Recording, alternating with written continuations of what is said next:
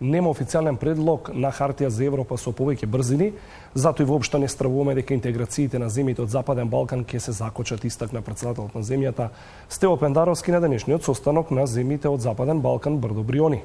Не ќе кажат и Словенија и Хрватска ако Макрон ја преточи идејата во предлог до членките на Унијата. Скопје денеска е домаќин и на претседателите на Србија, Босна и Херцеговина и Црна Гора, а на маса беа и темите и селување на младите, климатските промени и економското поврзување. Следбите ги следеше Тамара Гранчаровска. Тамара, повели со деталите од состаноците. Павле, како што кажа, тоа беше завршницата од самитот Брдо Бриони тука во Скопје, каде што и Словенија и Хрватска кажа не на идејата на Макрон, но на што започна самитот е конечно по два циклуси, поточно по 2 години, тука во Скопје да се донесе декларација од Брдо Бриони процесот, како што рекоа, усогласена, малку изменета од претходните, но конечно по 2 години без декларација претседателите од регионот заедно со Словенија и со Хрватска усвоја заедничка декларација овој пат за побрза евроинтеграција на земјите од регионот во Европската Унија, за климатските промени и како да се запре иселувањето на младите. Во делот на евроинтеграциите кажа дека токму политиката на проширување на Европската Унија и европската перспектива на земјите од Западен Балкан е она што го држи мирот и стабилноста тука и дека е повеќе од било кога е геополитичко прашање. По она што го кажа претседателот на Европскиот совет Шарл Мишел пред 10 дена дека 2030 година треба да бидат подготвени Европската Унија земјите од Западен Балкан за проширување, тука токму земјите од Западен Балкан си дадоа рок дека треба и Европската Унија и Западниот Балкан најбрзо што е можно да бидат подготвени за проширување, но не подоцна од 2030 година, за да како што се наведува во декларацијата, тие не заостанат туку не останат зад земјите од Европската Унија.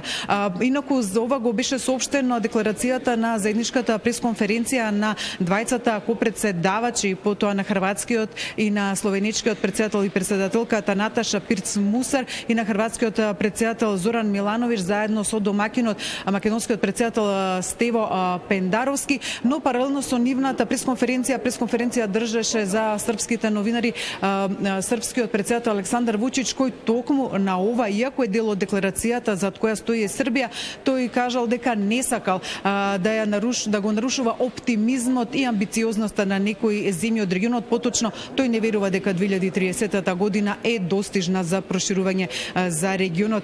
Инаку побара исто така земјите од регионот поголема иницијативност и инклузивност од Европската Унија за да нема прелевање на војната од Русија во Украина, поточно ефектите од неа.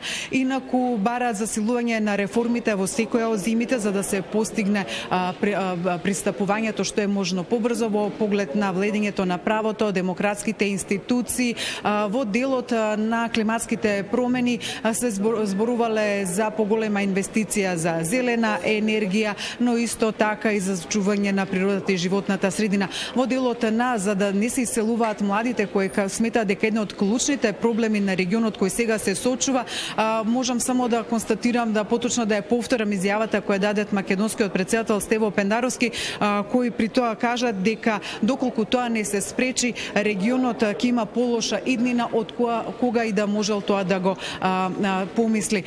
Инаку, меѓу другото на пресконференцијата, освен декларацијата која беше спомената, како што кажав, после пауза од 2 години донесена тука во Скопје, се зборуваше, имаше прашања поврзани со билатералните прашања и реформите во земјите. Дали е побитно да се решат билатералните прашања или да се спроведат подоцна исполнат условите кои треба да ги направат земјите за членство, и на тоа тројцата претседатели кои го држаа пресконференцијата има свое гледање за тоа. Тие сметаат дека паралелно треба да се одвиваат двата процеси, а македонскиот претседател смета дека во прашањето на Македонија тука има голем дисбаланс, особено последните 3 години, но да ги слушнеме изјавите на Пирц, Муса, на Милановиќ и на Пендаровски. Тоа се процеси кои се одвијају. Тоа се процеси što se odvijat paralelno i istovremeno. I ќе повторам уште еднаш, сметам дека овој вид на диалог е вреден и дека е најлошо кога ќе стигнат телефонските линии. Тоа е смрт. Тоа е смрт за диалогот, за комуникацијата, за меѓусебното разбирање, па и недоразбирање кога такво нешто ќе се случи. Јасно е дека постои прилично голем дебаланс меѓу критериумите традиционални, да ги наречам, за влез во Европската Унија и билатералните односи со најмалце двајца од нашите соседи. Во последниве 3 години посебно ние имаме сериозен дебаланс во таа смисла, затоа што билатералниот проблем со Бугарија практично ја покрива, за жал, целокупната традиционална европска агенда за пристапување. Ние се надеваме дека час поскоро тоа ќе се промени, бидејќи ако на Западниот Балкан инсистирате чисто билатералните спорови да бидат решени, посебно ако тие се подпираат на историја и на емоции, тогаш ниту еден нема од Западниот Балкан да влезе било кога во Европската Унија. Не сум, да кажам, поборник на тоа, заради билатералните договори да се завлекуваат, да завлекува влегувањето во Европската Унија. Ако погледнеме во рамките на Европската Унија, не се согласувам со ставот на некои држави да се склучи прво договор и после да се продолжи со преговорите. Мислам дека тие процеси може да се одвиваат истовремено. Инаку беа запрашани за предлогот, поточно идејата на францускиот претседател Емануел Макрон за Европа со повеќе брзини и тројцата претседатели дадоа своји аргументи зошто се против. Милановиќ смета дека е тоа невозможно. Словеничката претседателка, како што рече, смета дека не е можно тоа така на таков начин да се одвива, дека сите треба да се рамноправни, а македонскиот претседател, како што кажа и ти, Павле, на почетокот, смета додека не биде даден конкретен предлог од Франција или од Макрон за вакво нешто, Македонија не треба да биде загрижена и дека доколку такво нешто се случи, сигурно ќе биде одбиено. Но предлагам да ги слушнеме изјавите на претседателите. Европската Унија зборуваше за Европската Унија во 2 или 3 брзини и секогаш тој менувач зарибуваше во функционирањето. Не знам како тоа би можело да функционира, тоа политички несправедливо, доколку тоа е формален Макронов предлог. Јас баш не сум свестен дека постои таков. Меѓутоа, дури да постои таков предлог и било чии да е, тоа така не може да функционира. Ниту сум веќе, да кажам, поборник на брза Европа.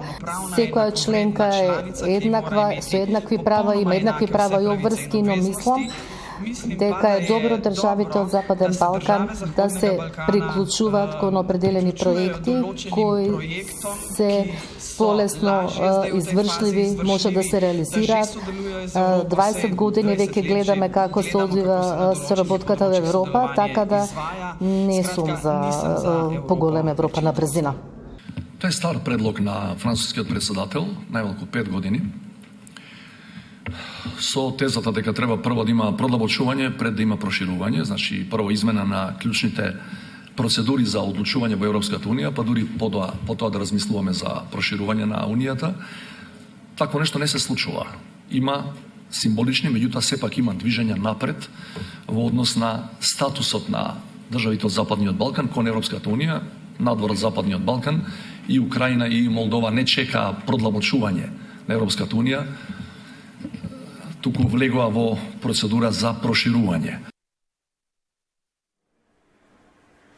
Инаку, претседателот Милановиќ го пофали овој формат на процес Брдо Бриони, велики дека е автохон на регионот, дека доволно се зрели и земјите од регионот сами да го водат овој процес, зборувајќи околу тоа зошто нема специјални гости од Европската Унија. Според него тоа и не е потребно, бидејќи, како што реков, земјите тоа може да го прават сами, дека Хрватска и Словенија може да му помогнат на регионот во приближувањето кон Европската Унија. унија и на косен политичката декларација тоа го афирмираше, поточно информираше словеничката председателката Пирц Мусар дека биле донесени и две конкретни акции како да му се помогне на регионот. Во делот на роамигот поточно ќе биде побарано олеснување на роамигот од Западниот Балкан со роамигот на Европската унија или евентуално укинување. Тоа не беше јасно кажано од словеничката председателка, а второто е Западниот Балкан да влезе во механизмот на Европската унија за помош при